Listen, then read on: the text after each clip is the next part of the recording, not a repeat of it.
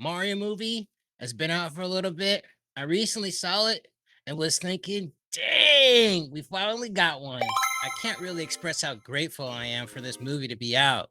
I mean, we've waited decades and decades and decades upon decades for a great movie adaptation to be released.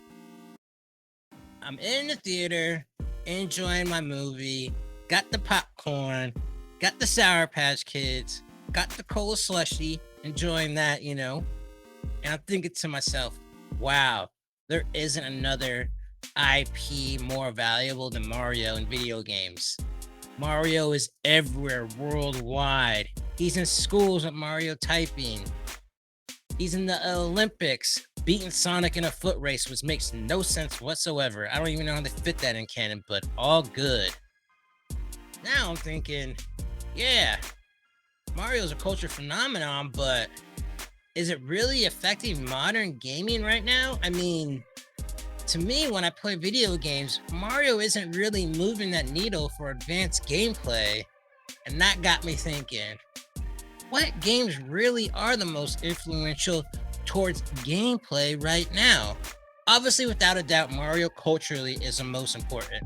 But what's the most important game for gameplay mechanics right now? So, me, Sleek, did my researches, and there's definitely a list, and maybe Mario is on that list. But come join me. Let's figure out which game is the most influential to modern gaming right now.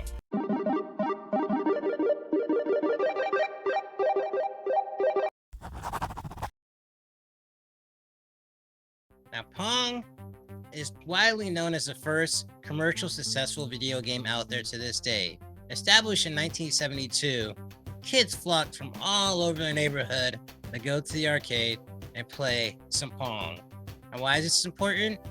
Because it put Atari on the map and Pong became a household video game console, one of the first around its time. Arguably, Pong's greatest contribution to video games was that it popularized multiplayer gaming. When you take your friends to go to the arcade and play Pong. Though Pong was not the first video game ever with multiplayer, that title goes to OXO, which happens to be tic-tac-toe. Not really my cup of tea. Seems a little childish, if you know what I mean. But though Pong gets big ups for me for being really the first popular game out in the world, really. There was games before, but Pong was it. It was a SNES. It's the OG. But yes, even though it's very revolutionary, one might say, I don't think it has too much effect on modern gaming right now. The multiplayer is a huge aspect of it.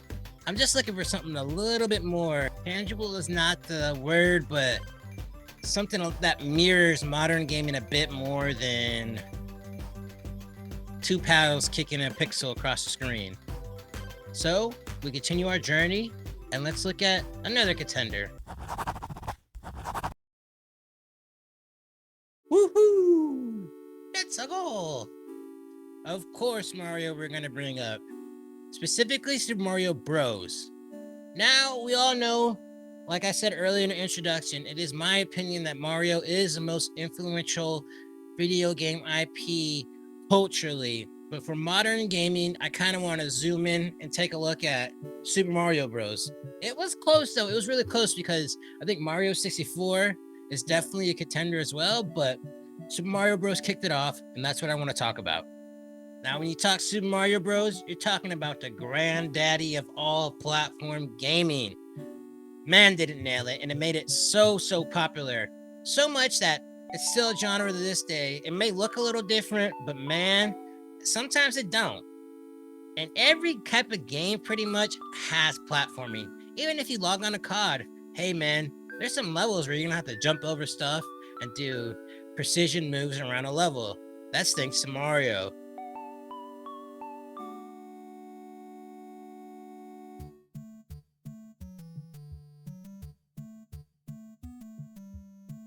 With this amazing design for levels, shortcuts, and with the pipes going in and out, it includes a boss fight, man. This thing was super major for modern gaming. Another aspect that Mario shines when it comes to influence in modern gaming is that it introduced the power up. Eat those shrooms, dog. But we ain't tripping right now. We getting big. Yes, Super Mario was one of the first games to actually have power-ups in the game, which affected gameplay mechanics such as flower power and mushrooms, which gave you advantage when clearing the level. Yes, there's arcade games where you could get certain power-ups, but in a console game where it was adventure-based and not just trying to tag a high score, this was one of the first. I remember when I was talking about how everyone knows Mario. A major staple for modern gaming is iconic design, and Mario has that in spades. And it trickled down through all to Nintendo and various games to come, such as characters like Master Chief, characters like Sonic, characters like Link. These are iconic characters of video gaming. And is there some to this day, like you might have like Arthur Morgan for Red Dead, but the first guy to really stamp himself as a superstar in video gaming was Mario. With the red hat, the red shirt, and the overalls, he became noticeable for anybody who knew what Mario was and what Mario was about. Instant success, iconic character, one of the first. Yes, you did have Pac-Man, but I would choose to say that Mario, a little bit more impact overall than Pac-Man. It's a looking good for Mario. He's already the crown champ, heavyweight, undisputed champion of the world for cultural impact.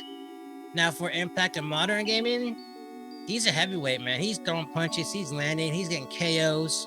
But I think there's a couple more contenders I want to look into to see if they really can be challenged and can really hold the title as most influential game of modern gaming. The next title I'm bringing up, actually, I don't know if many viewers have actually even played this game, but its impact is so heavy in modern gaming right now that it's undeniably important to mention and possibly give it a shot at taking that crown as the most influential game to modern gaming. And that game, my friends, is Doom. Doom? Why is Doom on here? Well, my friends, Doom is the first FPS game to really reach significant popularity. Games like Half-Life, Halo, Call of Duty, Destiny wouldn't be around if Doom didn't take off when it did in 1993.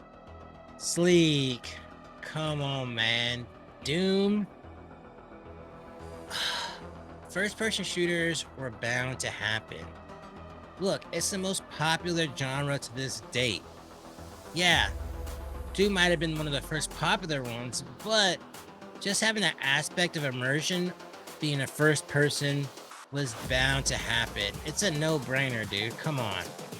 What else he got for Doom? Well, Cynical Sleek, sorry to burst your bubble, but Doom is not just known for FPS. Doom also had a robust online community because it was one of the first online games that you could play with friends around the world, revolutionizing a thing that we use to this day. And my friend, I don't know about you, but that might be one of the most important aspects of modern gaming right now. And also, least we forget, Doom was one of the first games ever to be popular for modding. Yes, it also had a robust modding community. All those mods you see on YouTube and you jump on Nexus, Doom was the first one to do that. My lord, taking development in the hands of the user. That, my friend, is another staple of modern gaming. You guys are probably wondering, well, Sleek, what's your guy? Who's your guy? Who's your horse in this race? Who's your champion? Well, if you really had to ask me, there's this game that's been out for almost 2 decades now and still number one in its genre. It's revolutionized so many aspects of gaming. It's the behemoth of behemoths. That, my friend, is World of Warcraft.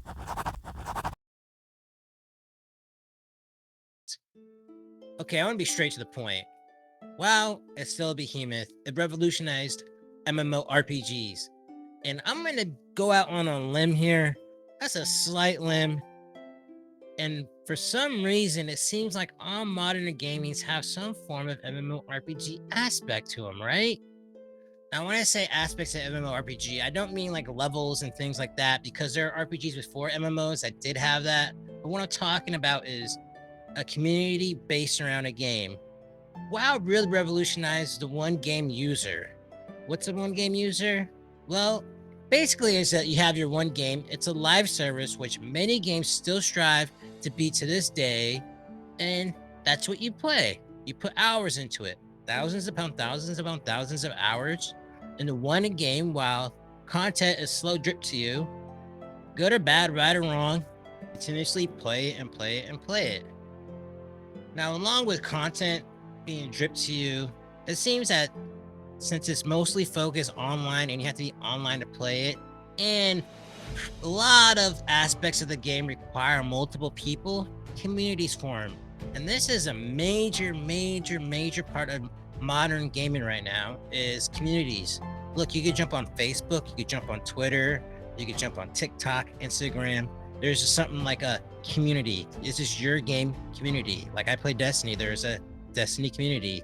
There is a FFXIV community. There is a COD community.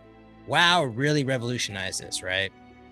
Not only did they have online websites for guilds and things like that, like your Angel Fire / Beastly Men of WoW, and that's your guild page, and you have updates for raids and things to that nature.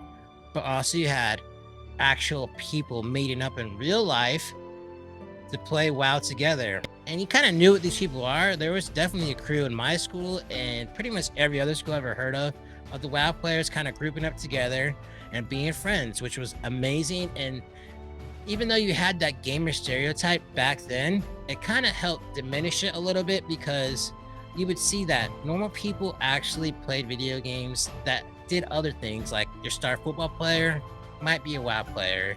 And that wasn't too uncommon, which was kind of a shell shock for me. How fanatical are you about video games? Let's just say that I had to quit the game for a good going on a year now. Which one? World of Warcraft. Okay. Guys, a super major underappreciated thing about WoW and its revolutionary status is that its open world is seamless and endless. Like, there was open worlds before that in a 3D format, such as Driver 2 and GTA 3, which came out a couple years before WoW, but WoW took it to a whole another level, man. With it being online, being able to see people that are actively online right now, talk to them, and traverse through a seamlessly open world, this was next level and really set the bar. I'm talking in a high bar for video games online, what they are, what they should, and what they can be.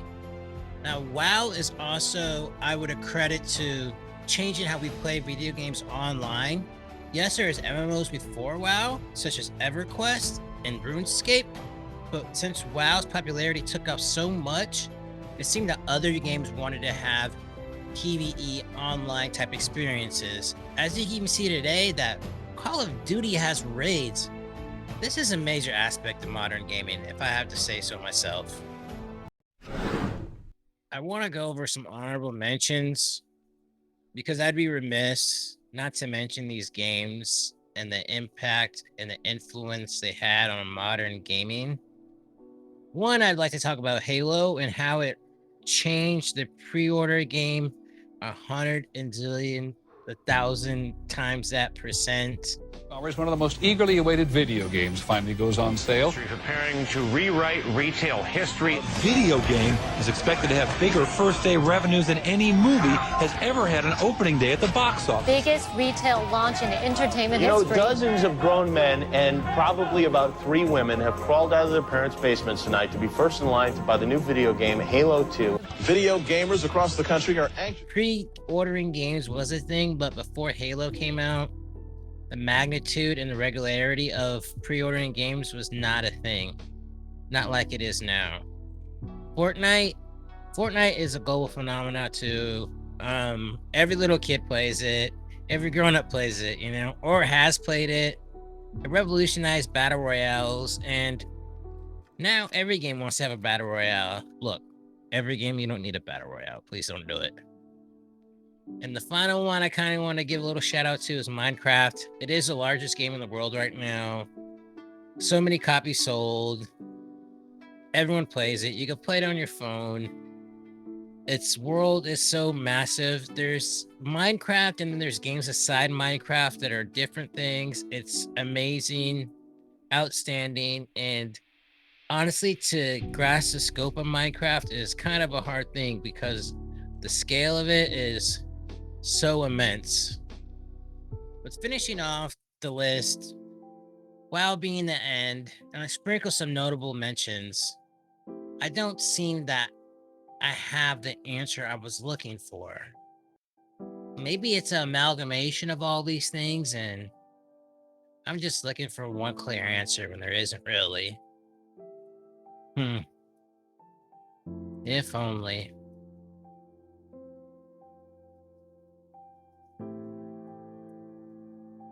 Guys, I've been kidding with you this whole entire time. I've had my answer, but I wanted to explore some more. And you're saying, "Oh, what is it? What is it? What is it? What is it?" Maybe you watch this whole video for nothing. Okay, what if I told you that the game that has the most influence on modern gaming isn't a video game? In fact, it's a tabletop game. In fact, that game is Dungeons and Dragons.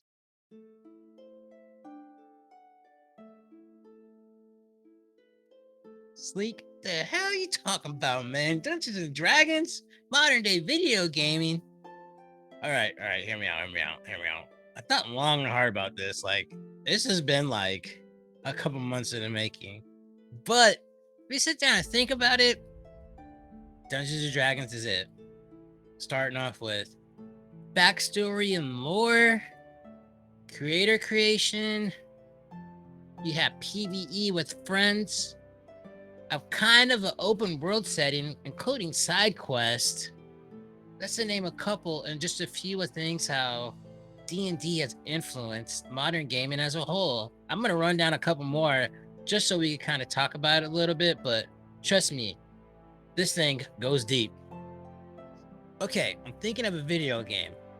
You make a character, you customize it with cool accessories, even down to the hairdo. The more you play, the stronger your character gets. You can specialize with specialization trees. Each time you earn EXP, you have more strength to defeat your foes in various different ways. What game do you think I'm talking about? Is it D&D? No. I'm talking about Madden. Yeah. The way character design and EXP works, origins are in D&D, but man, it's everywhere in modern day gaming right now. What about expansions? D&D has them. There's different editions of the game, right? The new one's actually set to come out next year, 6th edition. But how does this affect gaming? Well, if you think of DLC, those are expansions, man. Patches, those are expansions. The way gaming is built right now is that everything is online, everything's kind of fluid to a certain extent. Things can be tweaked, and this is a thing that comes from D&D. Small things from how mechanics work to big things like patches of story. These are all things that come from D&D. Now we must dive into the lore. D&D made dark fantasy super strong lore, lengthy, talking religions, different classes, the way certain races act. These things all come from D&D. Yes, they're inspired by Tolkien and Lord of the Rings, but to put in the game format, D&D is it, man. You see this with so many games right now, from your Mass Effects, to your Skyrims, your Elder Scrolls, I should say, to your WoWs, to your Ghost of Tsushimas. These things are everywhere. Lore entries are everywhere. I'm not the biggest fan of them, but when they do it right, it makes the game that much better. And that comes from I gotta quit saying it, man. You know where it comes from. Community, another biggie for D&D. Not uncommon to see a group of friends coming over Saturday night, questing on D&D. This is a big thing. Like I said earlier, World of Warcraft. Communities are a major staple in modern gaming right now. Cosmetics, first done by D&D, with miniatures and dungeon maps and 3D dungeons. People want to have cool looking figures that represent their characters, and D&D, one of the first to do it, man. Now I know it does seem odd that a tabletop game that is older than some of the games on this list that I talked about has more influence on modern gaming than some of these other ones. But I would argue that D&D had the foundation down way before, and then once the technology caught up, it was just bound to happen. People love D&D, and if anybody really looks into the history of the game, it knows it has a dedicated fan base. And one thing about video game companies, they love a dedicated fan base. Why do you think Pokemon is still around? Trust me, your favorite company wants a Pokemon because their fan base is loyal so much, no matter what they put out. I want to be fair to the other games out, that they do have an influence on modern gaming, and it really is just an amalgamation of games, but D&D is obviously the clear choice for the most influential game on gaming. But to be fair, there wouldn't be awesome lobbies without COD, or racist lobbies without COD. There wouldn't be such a grand adventure you could share with your child if there wasn't for Legend of Zelda. There's things that come with other games that other companies do want to impact their game with. It's just that kind of the foundational level of gaming, it seems that D&D had this down about 50 years ago, man, which is totally insane. It really just blows my mind. But I'm more than sure some of you guys do have objections to what I'm thinking about. So put them in the comments below and let's talk about it. Maybe I did get it wrong. I'm not sure I did though, but if you want to talk about how D&D has influenced your life and how you think it influences modern day gaming as a whole, put that down in the comments as well, man. I'd really like to discuss it with you guys. I'd like to thank you for watching. Here's my call to action, as they say you should do. Please watch another one of my videos, like and subscribe, and I'm gonna try to come out with one every week. I'm not always the best with it, but thanks for watching, and I hope you have a wonderful day.